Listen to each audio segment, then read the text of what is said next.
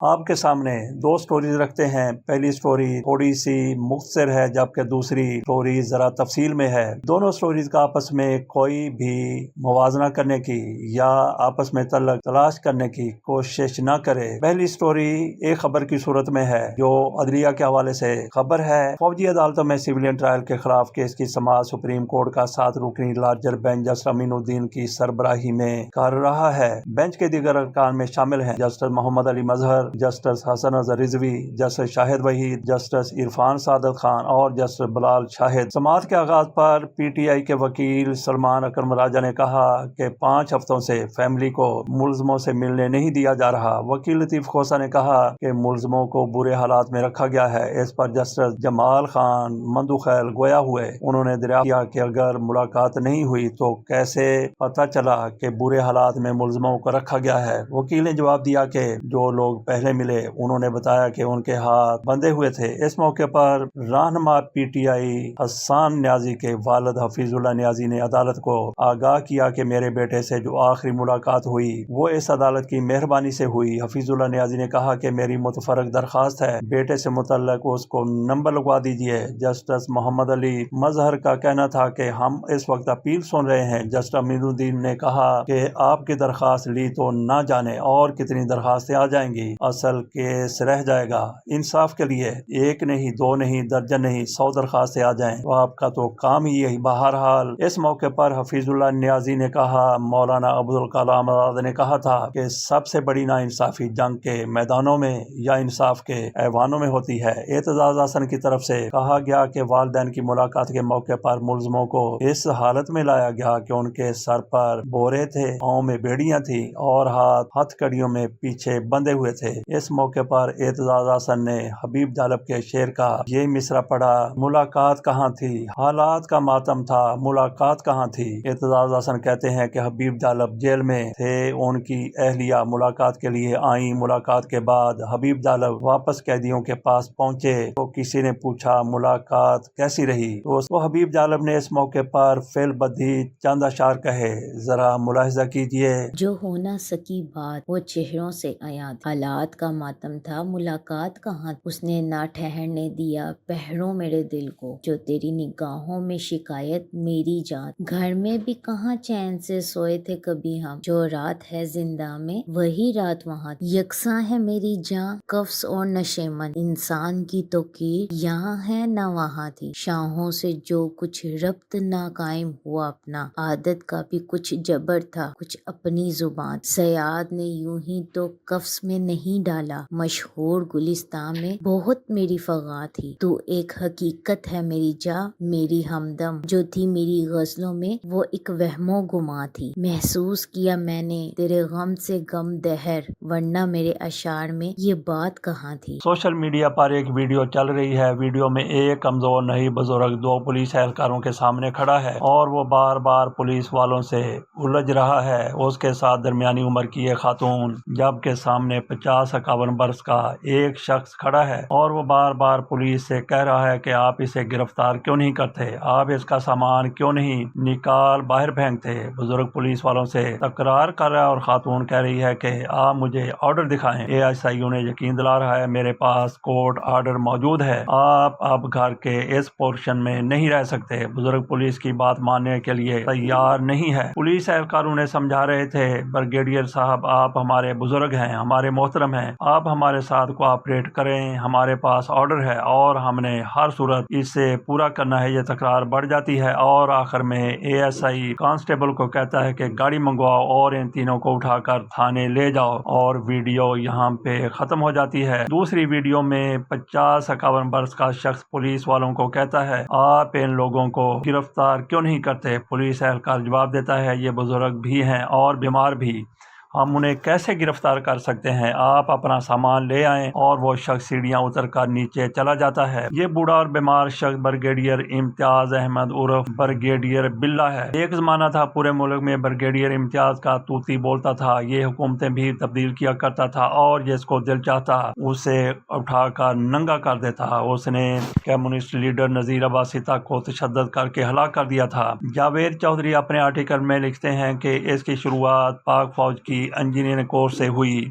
قدرت نے اسے مکار نیلی آنکھیں دی تھی، لہٰذا ساتھی اسے بلا باگڑ بلا کہتے تھے۔ یہ انجینئر کورس سے انٹیلیجنس میں آیا اور پھر پیچھے مڑ کر نہیں دیکھا۔ 1980 کی دہائی میں یہ انٹرنل سیکیورٹی کا سربراہ بن گیا اور میاں نواز شریف کے ساتھ جڑ گیا اور پھر ان کی آنکھوں کا تارا بن گیا۔ جاوید چودھری، جن کے میاں نواز شریف کے ساتھ گہرے مراسم رہے ہیں، وہ کہتے ہیں کہ 1989 میں بے نظیر بھٹو کی حکومت تھی۔ بریگیڈیئر امتیاز نے حکومت گرانے کا منصوبہ بنایا۔ یہ حکومت کے خلاف عدم اعتماد لانے اور میاں نواز شریف کو وزیر اعظم بنانے کی کوشش کر رہا تھا۔ اس نے راولپنڈی میں پیپلز پارٹی کے اہم MNA توڑنے کی کوشش شروع کر دی۔ مسعود خان اس وقت IB کے DG تھے، انہیں بھنک پڑ گئی اور انہوں نے بریگیڈیئر امتیاز اور میجر عامر کی PPP کے 2 MNAs کے ساتھ آڈیو اور ویڈیو ریکارڈ کر لیں۔ وزیر اعظم کے ہاتھ میں ثبوت آ گیا، لہٰذا اس نے آرمی چیف اسلم بیگ کو بلا کر پوچھ لیا۔ اسلم بیگ اور اس وقت کے DG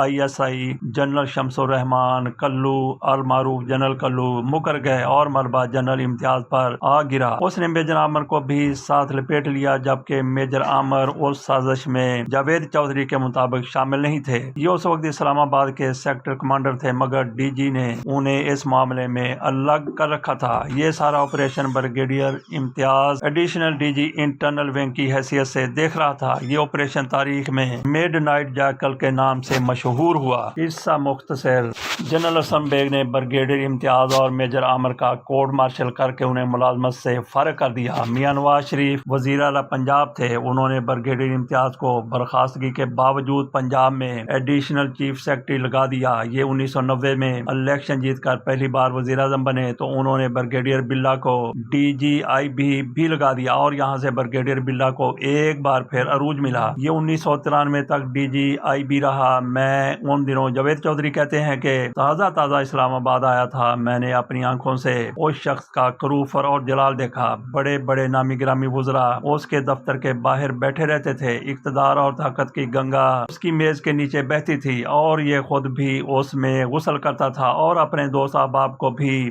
ڈبکیاں لگواتا تھا۔ بہرحال مزید قصہ مختصر: 1994 میں بے نظیر بھٹو دوبارہ اقتدار میں آ گئیں اور بریگیڈیئر ایک بار پھر پھنس گیا۔ 2001 میں جنرل مشرف نے نیب بنایا، بریگیڈیئر بلا بھی اس کی زد میں آ گیا۔ اس زمانے میں اسلام آباد میں اس کی 24 پراپرٹیز دریافت ہوئیں، زمینیں، زیورات، بینک اکاؤنٹس اور بے نامی جائیدادیں ان کے علاوہ تھی۔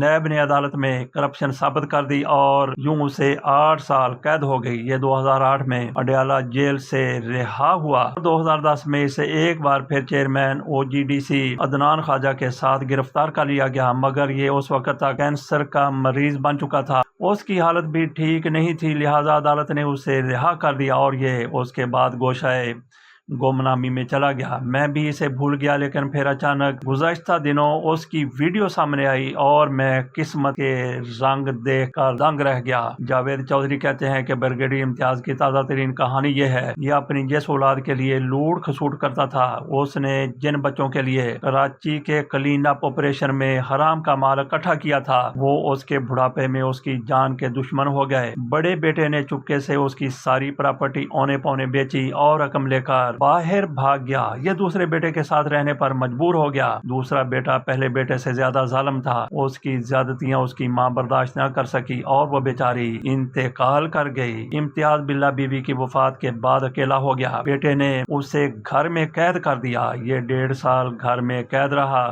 بیٹی کو پتہ چلا تو وہ اپنے بیٹے کے ساتھ باہر سے واپس آئی اور والد کو بھائی کی قید سے نجات دلائی۔ یہ گھر امتیاز بلا کا تھا، لیکن اس نے اسے بیٹے کے نام کر دیا تھا اور یہ اس کی سب سے بڑی غلطی تھی۔ چنانچہ معاملہ عدالت اور پولیس تک پہنچ گیا، یہاں تک کہ بیٹا باپ کے خلاف عدالت کا حکم لے آیا۔ پولیس آئی اور اس نے بریگیڈیئر امتیاز اور اس کی بیٹی کو گھر خالی کرنے کا حکم دے دیا۔ بریگیڈیئر امتیاز پولیس کے ساتھ تکرار کر رہا تھا، جبکہ بیٹا سامنے کھڑا ہو کر پولیس کو اسے گرفتار کرنے اور گھر سے نکالنے کا حکم دے رہا تھا اور گھر کے ملازم حیرت سے تماشا دیکھ رہے تھے۔ بیٹی پولیس کو عدالت کا دوسرا آرڈر دکھا رہی تھی جس کے مطابق بریگیڈیئر امتیاز کو گھر سے نہیں نکالا جا سکتا تھا، لیکن پولیس یہ آرڈر تسلیم نہیں کر رہی تھی۔ جاوید چودھری کہتے ہیں کہ میں نے یہ منظر دیکھے اور کانوں کو ہاتھ لگا کر اللہ سے معافی مانگتا رہا۔ بریگیڈیئر امتیاز اپنے دور کا فرعون تھا۔ یہ اپنے زمانے میں ہر شریف شخص کو دفتر بلا کر ذلیل کرتا تھا۔ اس نے نہ جانے کتنے گھر اجاڑے، کتنے لوگوں کے گھروں کے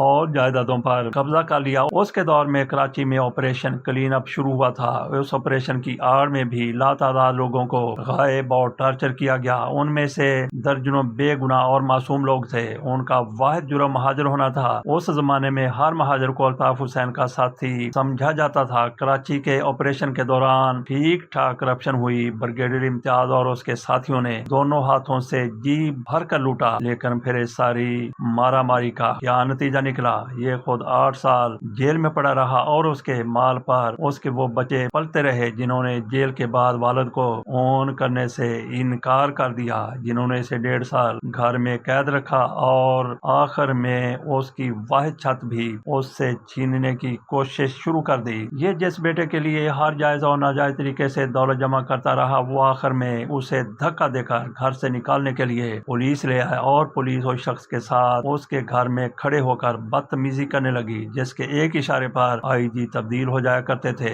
آخر پھر اس سارے کھیل کا کیا فائدہ ہوا؟ اسی ساری مارا ماری کا کیا نتیجہ نکلا؟ جیل، ذلالت، بیماری اور اولاد کے ہاتھوں ذلت۔ کسی دانشور نے کیا خوب کہا تھا، آپ جو بوتے ہیں آپ کو وہ آخر میں کاٹنا بھی پڑتا ہے۔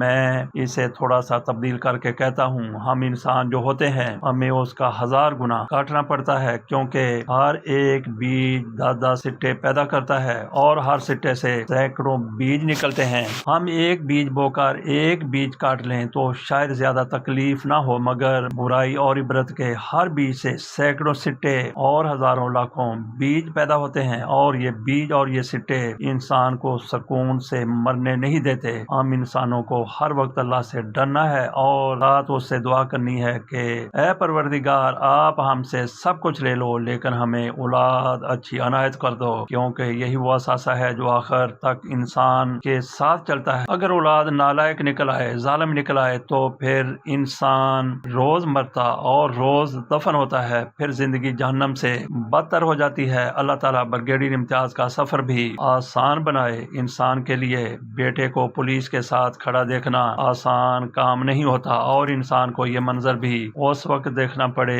جب بیٹا باپ کو گھر سے باہر پھینکنے کے لیے پولیس لے کر آیا ہو۔ اللہ سب کو معاف کرے اور سب کو اپنی امان میں رکھے۔ بریگیڈیئر کو یہ کہنا چاہیے، دیکھو مجھے جو دیدائے عبرت نگاہ ہو۔ یہاں پہ سوال یہ پیدا ہوتا ہے کہ کیا یہ بریگیڈیئر امتیاز کی کہانی انہی تک تھی یا ہر کسی کے ساتھ ایسا ہی ہونا ہے؟ جنہوں نے ماضی میں کیا آج کر رہے ہیں، جو آئندہ کریں گے۔